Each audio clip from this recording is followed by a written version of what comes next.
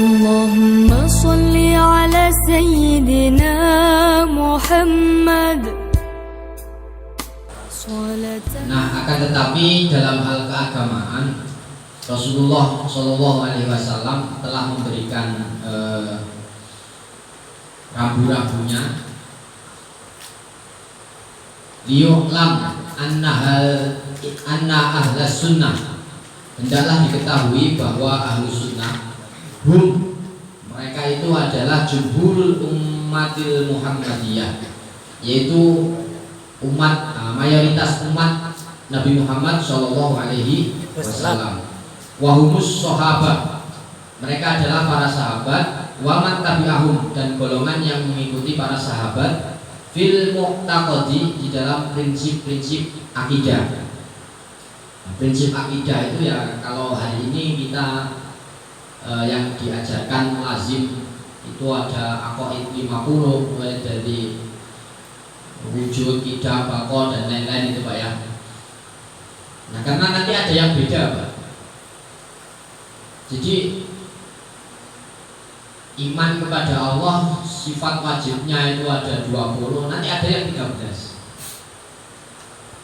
Nah ini kalau kita lazimnya adalah 20, nah gitu.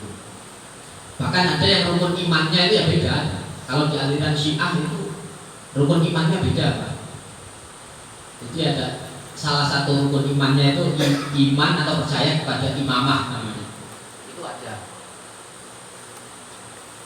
Kalau Pak Ahmad Dai pernah ini ya Pak, pernah bersinggungan ya sama kelompok Syiah di Jember itu banyak.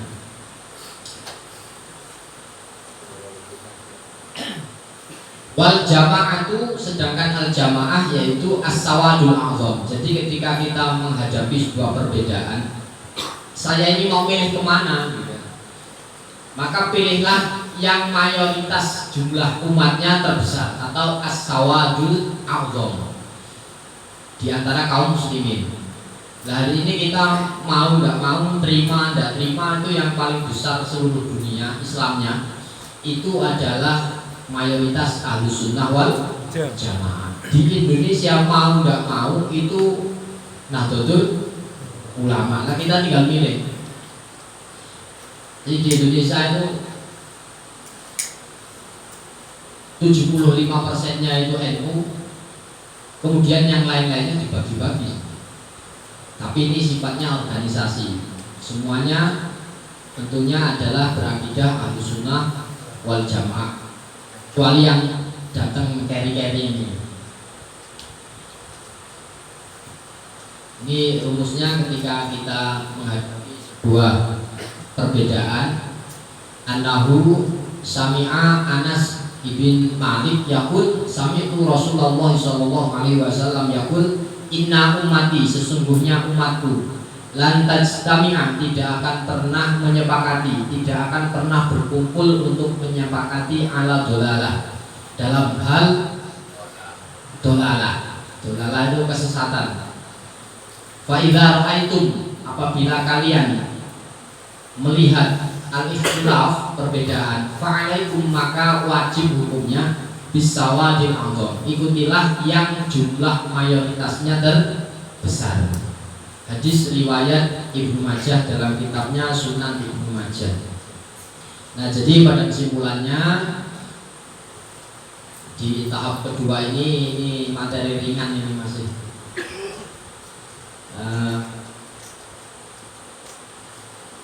Yang pertama, patokan kita dalam berhukum, dalam berislam itu adalah Nabi Muhammad Shallallahu Alaihi Wasallam. Yang kedua, yang mengikuti Nabi Muhammad, yaitu para sahabat. Yang ketiga, yang mengikuti para sahabat, yaitu namanya tabi'in. Yang keempat, yang mengikuti para tabi'in, yaitu tabi'in. Atau di Indonesia, di awal masuknya Islam di Nusantara itu disebut dengan Majelis Wali Songo. Majelis Wali Songo. Wali Songo itu bukan jumlahnya 9, bukan. Itu majelis. Majelis itu ya contohnya organisasi lah kalau sekarang itu ya. Jumlahnya banyak, cuman yang terkenal 9 yang menjadi yang menjadi pantiganya. Kemudian yang mengikuti tabi'in sampai ila akhir zaman yaitu para ulama, karena al ulama warasatul anbiya. Nah, ini hukum dalam kita mengambil hukum dalam Islam itu yang pertama as-sunnah. Sunnah itu yaitu apa yang dilakukan Nabi dan sahabat. Kemudian yang lainnya ini disebut dengan al-jamaah, dan ini yang dilakukan oleh Nahdlatul Ulama.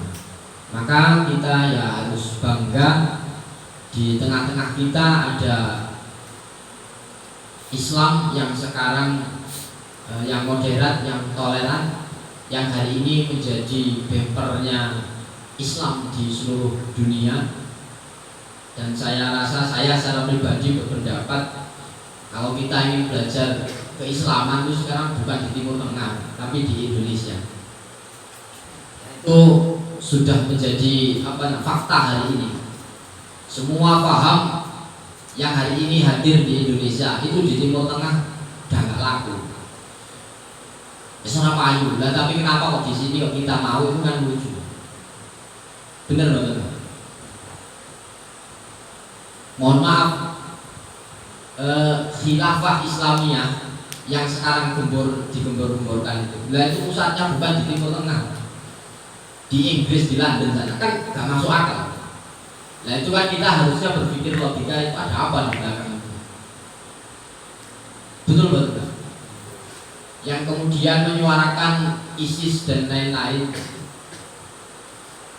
Nah itu yang gurunya atau yang menjadi tutornya itu orang Israel. Nah masa kita mau ikut atau kita mau ambil juga atau mau dibawa ke Indonesia? Nah, ini namanya merusak tatanan yang sudah paten yang ada di Indonesia. Tentu ini PR kita bersama dan PR pengurus ranting Nahdlatul Ulama Desa Bukorejo, PR semua kalangan umat Islam, khususnya yang ahlu sunnah wal jamaah, khususnya yang pemangku-pemangku takmir masjid, pemangku majelis. Ya masalah perbedaan itu hal yang wajar, tapi sudah bukan saatnya lagi kita untuk mengobrolkan perbedaan, kan gitu ya Gus ya. Kita ingin satu kesepakatan, kita ingin satu visi misi, kita ingin satu barisan. Ya untuk Hamawayu Hayuni Desi kalau kata Pak Sabto. Di Bukorejo yang sudah indah harus kita perindah lagi, jangan kita rusak-rusak gitu. Dan salah satunya ya kita berkarya, kita berorganisasi. Monggo pengurus ranting Pak Madai dikerahkan semua kadernya untuk produktif lah. Hari ini kita sudah saatnya produktif untuk menyongsong abad kedua di 2045.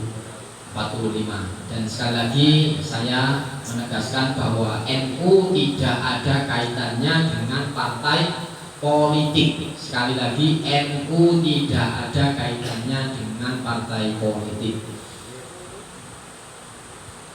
Jadi ya warganya ya kalau dikategorikan secara partai ya ada yang dari PKB, ada yang dari Golkar, ada yang dari PDI, ada yang dari macam-macam.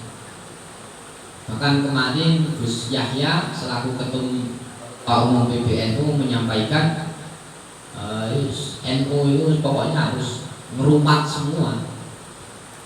Semuanya harus dirumat karena kadernya tidak hanya di salah satu partai. Nah ini yang bisa saya sampaikan untuk sesi selanjutnya. Di sesi yang ketiga ini masih ada pembahasan bagaimana kita bisa membaca di tengah-tengah masyarakat lingkungan kita. Nanti ketemu ciri-cirinya Pak. Tapi sekali lagi ini bukan untuk mencurigai, tapi ini hanya untuk mencegah.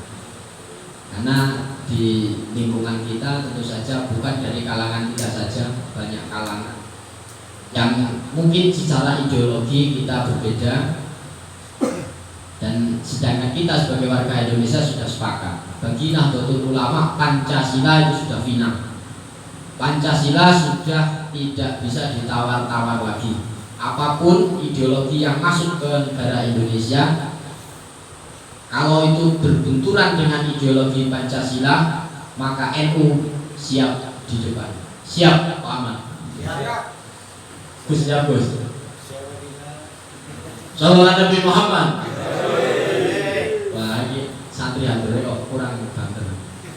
Bisa bener lah. Sallallahu Nabi Muhammad. Siapa kita? Siapa kita? Siapa kita? Mungkin itu saja Pak Ahmad Dai. Mohon maaf ini supaya tidak kemalaman, karena kita kalau terlalu malam ya nanti subuhannya nggak jamaah nanti Pak Ahmad.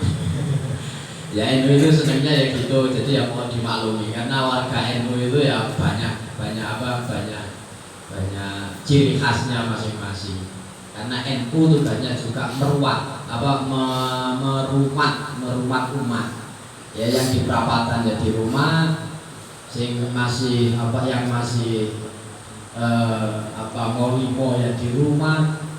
Terus pokoknya enak lah milu NU, nggak sholat baik sedidongano. Nggih. Betul. Tapi kalau bisa yang masjidnya jangan dikosongkan, kasihan nanti dirampok orang. Dirampok secara akidah, dirampok secara amaliyah. Mungkin itu saja yang dapat saya sampaikan. Apabila dari jamaah ada yang mau bertanya kaitannya dengan PNU, kaitannya dengan Ahlus Jamaah, kaitannya dengan organisasi, monggo. Harapan saya secara pribadi dan harapan kita semua tentunya di periode ini, di abad yang kedua, sesuai dengan instruksi dari Ketua Umum PBNU bahwa sampai ke tingkatan ranting ya harus struktural, administrasinya harus dijalankan sesuai dengan peraturan perkumpulan Nahdlatul Ulama. Juga visi misi beliau bukan lagi taraf nasional, akan tetapi sudah taraf internasional. Jadi ya mohon maaf kita yang levelnya ini di ranting di desa tapi kok bahasnya sampai ke sana, yang kurang kerjaan apa gimana. Ya artinya kita perlu untuk duduk bareng membaca bersama apa yang kurang di desa kita, monggo kita adakan, kita laksanakan. Pada intinya adalah sesuatu yang baik dan bermanfaat untuk umat, khususnya untuk masyarakat desa Bukorejo. Amin ya robbal alamin. Kurang dan lebihnya mohon maaf, dan kepada Allah saya mohon ampun. Saya akhiri, wallahul muwaffiq ila aqwamit thoriq. Wassalamualaikum warahmatullahi wabarakatuh.